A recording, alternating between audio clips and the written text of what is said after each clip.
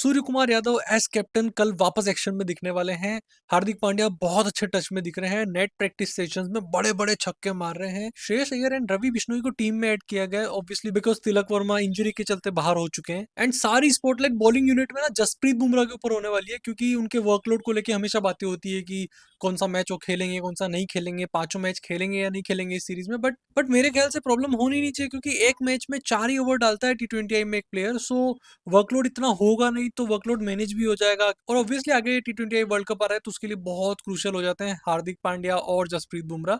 सो workload manage करना is good point. Batting lineup में अगर बात करें तो स्पॉटलाइट अभिषेक शर्मा पे ऑब्वियसली होगी, और ईशान किशन भी इस स्क्वाड में एडेड है, तो देखते हैं उनका परफॉर्मेंस कैसा होता है। न्यूजीलैंड इस टाइम पे थोड़ा हाई नोट पे है, बिकॉज ओडीआई सीरीज इंडिया को वो हरा के आ रहे हैं, सो ऑब्वियसली कॉन्फिडेंस अलग लेवल पे होगा। लेकिन T20I में हमारी टीम थोड़ी ताबड़तोड़ खेलने वाली है। अभिषेक शर्मा, ईशान किशन, संजू सैमसन, बहुत सारे प्लेयर्स हैं जो ताबड़तोड़ खेल सकते हैं। Hardik Pandya clutch player available है।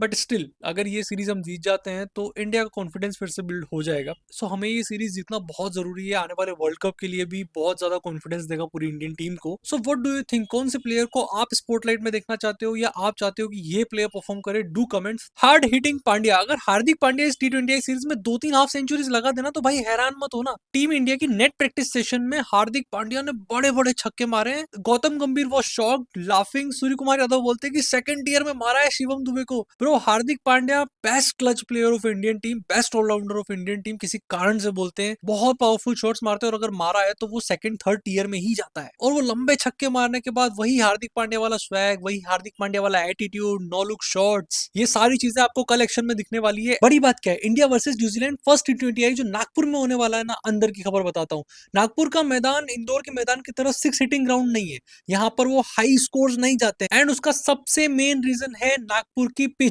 उसका सबसे मेन रीजन है नागपुर की पिच, जो कि थोड़ी हैवी है। नॉर्मल हमारी इंडियन पिचेस थोड़ी सी लाइट होती है, थोड़ी पतली होती है, वो इतनी हैवी नहीं होती है। वहां पे बाउंस इतना नहीं होता, पेस इतना नहीं होता। लेकिन नागपुर की पिच हैवी है, थोड़ी मोटी है, जहां पर पेस ज्यादा होगा, बाउंस ज्यादा होगा, और हमारे पावर हिटर्स को थोड़ा सा प्रॉब्लम हो सकती है। एंड इस पिच पे पेस और बाउंस ज्यादा होने की वजह से हर्षित राणा, हार्दिक पांड्या, बुमराह को काफी ज्यादा फायदा मिल सकता है। और फायदा उन बैटर्स को भी हो सकता है जो थोड़ा लेट खेलते हैं, लाइक हमारे रोहित शर्मा जो थोड़ा सा लेट खेलते हैं ना, उनके लिए ये पिच बहुत फायदेमंद होने वाली है। और अगर ये चीज नहीं चलती है तो आपको सिंगल डबल से ही काम चलाना पड़ेगा। ज्यादा बड़ा टोटल नहीं जाता है इस ग्राउंड पे। 160, 65, 70 के आसपास बहुत अच्छा डिफेंडिंग टोटल होता है। एंड ब्रो सीरियसली, नागपुर का ग्राउंड जो स्क्वायर बाउंड्रीज है, 85 मीटर्स की बाउंड्री है। यहाँ पर अगर पूरे कमिटमेंट के साथ पावर हिटिंग नहीं हुई ना, यहाँ पर पावर हिटिंग करनी है तो पूरे कमिटमेंट के साथ करनी पड़ेगी, अदरवाइज सिंगल्स और डबल से ही पूरा गेम चलाना पड़ेगा। लेकिन मुझे पता है हमारे युवराज सिंह गुरुजी के जो चेले हैं अभिषेक शर्मा, उन्हें ग्राउंड से फर्क नहीं पड़ता। वो बॉल आती है वो सीधा स्टैंड्स में ही भेजते हैं। लेकिन ये ग्राउंड बड़ा है तो थोड़ा सा ट्रिकी होने वाला है। एंड जितना मैंने एनालिसिस किया है, नागपुर में अंडर लाइट्स चेस करना बहुत डिफिकल्ट हो जाता है। इसलिए डिफेंडिंग टीम जीती है नागपुर में, इसलिए नागपुर में अंडर लाइट्स टोटल चेस करना बहुत ज्यादा डिफिकल्ट हो जाता है, वाइल डिफेंडिंग ज्यादा इजी होता है। सो फर्स्ट T20I के लिए आप किस प्लेयर को अपना फेवरेट में रखना चाहते हो, मुझे कमेंट सेक्शन में जरूर बताना। Thank you so much for watching. अगर ये एनालिसिस अच्छा लगा हो तो मुझे ऐसी इंसाइट्स के लिए मुझे इंस्टाग्राम पर फॉलो जरूर कर लें। Bye bye. भाई, बहती गंगा में हाथ धोना सुना था, लेकिन कभी बहते नाले में डूबना सुना है? नहीं सुना ना, मैं बताता हूँ। आईसीसी की फाइनल डेडलाइन जो बीसीबी यानी बांग्लादेश को गई थी, वो मानने को तैयार नहीं है। वहां तक तो चलो फिर भी ठीक था। अभी कोई अपनी गरीबी में आटा गीला करने खुद सामने से आ गया है। पाकिस्तान बोल रहा है कि भाई हम बायकॉट करेंगे वर्ल्ड कप का, अगर बांग्लादेश नहीं खेलने आएगा तो। भाई मैं कह रहा हूँ, क्यों अपनी गरीबी में आटा गीला करना है? पहले ही खाने के लाले पड़ रहे हैं, ठीक है, पीने को पानी नहीं है, हैं? खुद के स्पॉन्सरशिप के लिए पैसे नहीं है, खुद कमाई हो नहीं रही है। लेकिन अपनी बैंड बजवाने के लिए हम खुद आगे आएंगे। आपको आने की कोई जरूरत नहीं है भाई, हम चल के आएंगे। भाई इसको नादानी बोल लो, मंद बुद्धि बोल लो, बचपना बोल लो, कुछ भी बोल लो, लेकिन समझ में क्यों नहीं आता इन लोगों को कि नुकसान तुम्हारा ही है। बीसीसीआई का इसमें रत्ती भर का नुकसान नहीं है।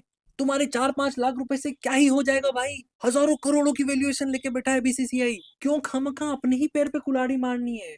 सीधा सीधा आके खेल लो ना, अदरवाइज बांग्लादेश को तो स्कॉटलैंड रिप्लेस करने ही वाली है। आपका भी कोई ना कोई रिप्लेसमेंट मिल जाएगा। टेंशन लेने की जरूरत ही नहीं है, वर्ल्ड कप तो होना ही है। वर्ल्ड कप को कोई बाइकआउट थोड़ी कर सकता, क्योंकि इतने और इतने के चक्कर में इतना सारा तो नहीं बिगाड़ने वाली ना ICC. Jemima Rodrigues, you beauty भाई, किसी को इनकी वो सेमीफाइनल वाली पारी याद है? उस दिन सिंगल हैंडेडली इन्होंने सेमीफाइनल, या मैं कह सकता हूँ ट्रॉफी ही जिता दी, और फिर फाइनल जीतने के बाद वो सिग्नेचर सेल्फी स्टाइल सेलिब्रेशन आता है भाई, बहुत क्यूट मोमेंट है यार। वैसे ही अंडर प्रेशर कल डीसी के लिए 51 रन की पारी आती है, हाफ सेंचुरी भी कंप्लीट करी, डीसी को मैच भी जिताया, और वो डब्ल्यूपीएल ट्रॉफी के ड्रीम के लिए अपने आप को जिंदा भी रखा प्लेऑफ की रेस में। 37 बॉल में 51 रन मारे, और भाई बंदी का अंडर प्रेशर कॉन्फिडेंस देखो यार।